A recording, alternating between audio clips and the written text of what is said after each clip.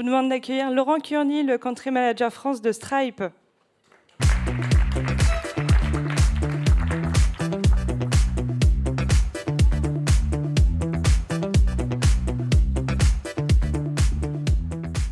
On a fait une super transition parce que du coup on a parlé agentic. Bon, et là on va parler d'agentic commerce. Peut-être avant de rentrer dans le vif du sujet, peut-être à main levée, qui connaît Stripe dans la salle? Bon, tout le monde en fait. Bon, pour ceux qui ne connaissent pas, vous viendrez voir Laurent par la suite. Mais peut-être pour vous présenter rapidement, vous venez d'arriver à la tête de Stripe il y a quelques mois maintenant. Stripe, donc, c'est une infrastructure financière pour les entreprises. 50% du CAC 40, les plus grandes pépites Next 40 et French Tech 120. Mais là, aujourd'hui, l'idée, c'était de parler effectivement d'agentic commerce. Est-ce que vous pouvez, en très grosse maille, nous expliquer le sujet, parce que je sais qu'on est très timé, de nous parler donc d'agentic commerce. Ok, bonjour à tous et merci Chloé de m'accueillir. Agentic commerce. Le commerce agentique, pour faire très simple, aujourd'hui vous utilisez tous, j'imagine, dans la salle des agents conversationnels, des grands modèles IA. Est-ce que je peux avoir à main levée qui a déjà utilisé un agent conversationnel type ChatGPT, Gemini, le chat, pour pouvoir avoir une recommandation avant de faire un achat? Ok. Bon. Donc, selon la Fédération nationale du commerce à distance, c'est à peu près 31%. Donc, vous n'êtes pas véritablement dans la cible, vous êtes beaucoup plus utilisateurs. Aujourd'hui, l'agentic commerce, c'est la capacité, de façon plus ou moins autonome, à un agent de prendre le contrôle d'un achat de bout en bout, de la phase de découverte jusqu'à la phase de transaction, c'est-à-dire de paiement. Alors, on va essayer de ne pas être trop dans les laboratoires ou bac à sable et se dire où on en est aujourd'hui. Aujourd'hui, réellement, on a des produits qui tournent aux US. Et on va pouvoir en parler un peu plus, c'est-à-dire qu'est-ce qu'il y a à l'intérieur. Pas encore en Europe.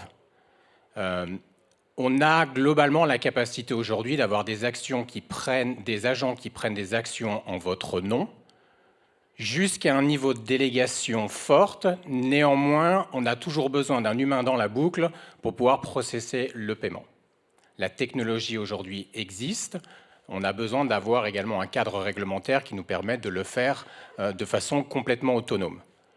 À terme, vous allez pouvoir instruire un agent pour que ce dernier, basé sur finalement vos désirs, puisse effectuer l'intégralité de la chaîne de façon complètement autonome. Et d'ailleurs, on a fait le choix sur la table ronde de parler d'agentic commerce et pas d'agentic payment parce que c'est encore un autre sujet. Parce qu'on sait, Stripe est notamment connu pour le paiement, c'est un des produits, voire le produit historique. En quoi Stripe est pertinent aujourd'hui sur le marché et sur ce marché d'agentic commerce? Alors, comme vous le savez peut-être, Stripe ça a été créé par nos deux fondateurs irlandais il y a environ 16 ans aujourd'hui, basé sur 5 lignes de code. Et la mission qu'ils se sont donnée à l'époque, c'est comment construire l'infrastructure économique d'Internet. Et aujourd'hui, l'infrastructure économique d'Internet, elle bouge entre finalement des humains, et elle a beaucoup été optimisée pour les humains. Et de plus en plus, cette infrastructure-là, elle a besoin d'être créée, développée et optimisée pour des agents. Donc Stripe aujourd'hui, qu'est-ce qu'on essaye de faire? On essaye d'intervenir à plusieurs niveaux de cette chaîne. Tout d'abord, on a co-développé avec OpenAI et on a lancé l'année dernière à peu près à cette époque, au mois d'avril, ce qu'on appelle le langage, on va dire universel, qui permet à un agent de communiquer avec votre site web. Et ce qu'on appelle le Agentic Commerce Protocol, et ça permet finalement de s'assurer que l'agent peut voir le flux de données qui a été structuré pour pouvoir comprendre comment vous recommander suite à un prompt que vous avez fait. Je souhaite acheter une paire de baskets à 250 € et je souhaite l'avoir livrée en taille 42 à telle adresse. Donc ça, c'est le premier point qu'on a développé, c'est quelque part un langage. Maintenant, ce qu'il faut savoir, c'est que tous les agents parlent leur propre dialecte. Donc si vous parlez avec OpenAI, ChatGPT, ce n'est pas exactement le même langage que Gemini, ce n'est pas exactement le même langage que le chat, ce n'est pas exactement le même langage que n'importe quel modèle que vous allez pouvoir demander, jusqu'à un modèle spécialisé d'un personal shopper qui a été entraîné sur un modèle. Et par conséquent, la deuxième chose qu'on a développée, c'est une couche d'abstraction qui vous permet de publier votre catalogue de produits standards et de vous assurer qu'il soit publié dans ce langage universel vers tous les agents.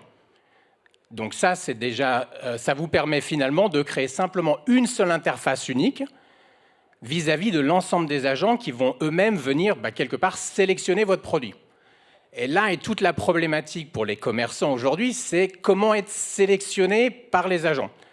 Et on a tous, pendant à peu près 25 ans, optimisé nos sites web, nos sites marchands, pour que ces derniers, finalement, puissent être reconnus, notamment optimisés à travers les moteurs de recherche, pour que vous puissiez sortir comme étant les 2 ou 3 premiers liens pour être sélectionnés par un acheteur.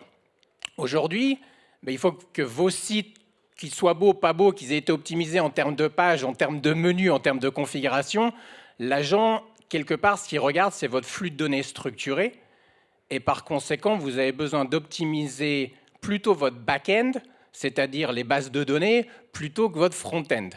Et c'est là où nous, on vous aide pour, quelque part, faire que cette infrastructure de communication, qui a également besoin d'être synchronisée, c'est-à-dire que si vous faites une demande de vos baskets à 250 €, vous voulez vérifier qu'elles soient bien disponibles avant de pouvoir procéder à l'achat. Et donc, on force la synchronisation en temps réel, et plutôt que de laisser potentiellement votre modèle d'IA halluciner une réponse et que l'information dans le stock ne soit pas disponible, on va chercher à synchroniser en temps réel avec le site marchand pour s'assurer que finalement l'expérience client elle soit pas déceptive et que vous finalement vous ayez un refus ou alors on vous ait donné la mauvaise information quant à la disponibilité ou à la taille des chaussures. Et là, c'est vrai que c'est intéressant, c'est le thème aussi Agentic Commerce. Donc évidemment, on va sur le retail. Là, aujourd'hui, on est sur France FinTech. Je pense que ça peut intéresser les gens dans la salle d'avoir aussi des potentiels use cases côté services financiers. Pour citer ce qui se passe notamment aux États-Unis, hier soir, Visa a fait un partenariat avec la société Ramp sur le paiement, mais là plutôt sur la partie corporate finance. Est-ce qu'il y a des use cases sur lesquels vous travaillez chez Stripe ou qui pourraient donner des idées demain au secteur financier?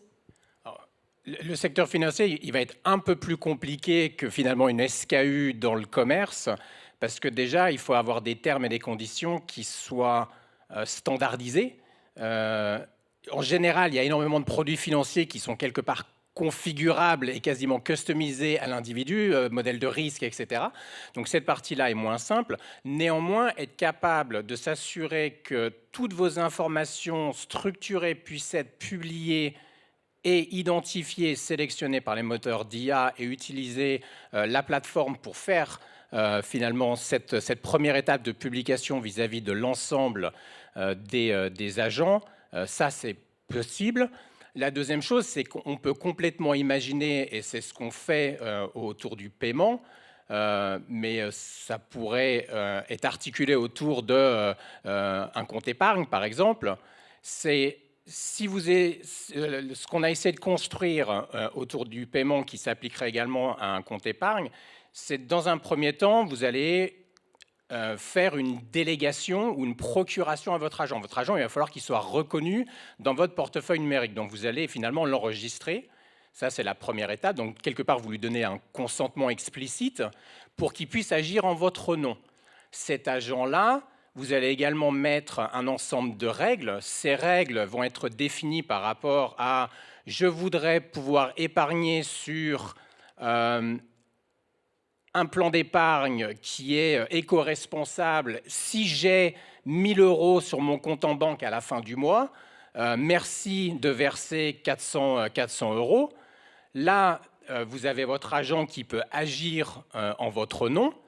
On a créé ce qu'on appelle des Shared Payment Tokens qui permettent finalement, à travers un jeton, d'aller prendre l'identité cryptographique qu'on aura de votre agent qui a été enregistré dans votre portefeuille, qui lui permet d'avoir simplement accès à une partie de vos informations, c'est-à-dire une identité, mais pas vos informations personnelles, aller jusqu'au paiement ou au versement,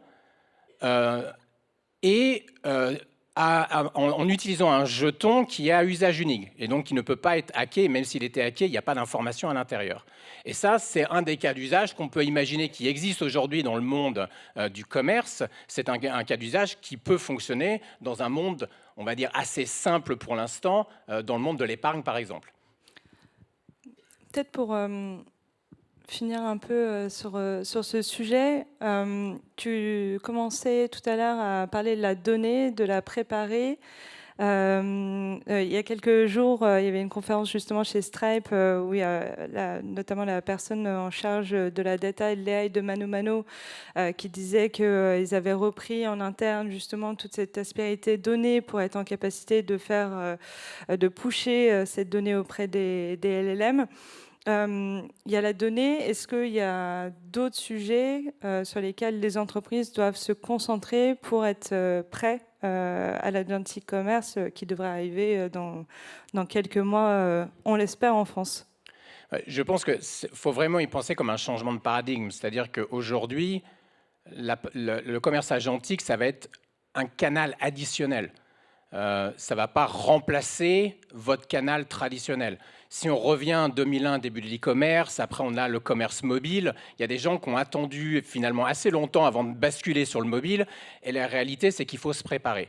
Donc aujourd'hui, il faut devenir agentic ready, ce qui veut dire structurer l'intégralité de votre back-end. Ça ne veut pas dire qu'aujourd'hui, votre front-end, donc les applications, votre expérience utilisateur, faut l'oublier. Elle reste toujours importante et une grande partie de votre activité restera de toute façon, qu'elle soit agentique dans un premier temps ou pas, ça restera capital. Il faut préparer votre infrastructure pour qu'elle puisse, jusqu'au paiement, quand celui-ci sera possible, ou jusqu'au financement, jusqu'au fonds, transfert de fonds, il faut préparer l'intégralité de son infrastructure pour être prêt.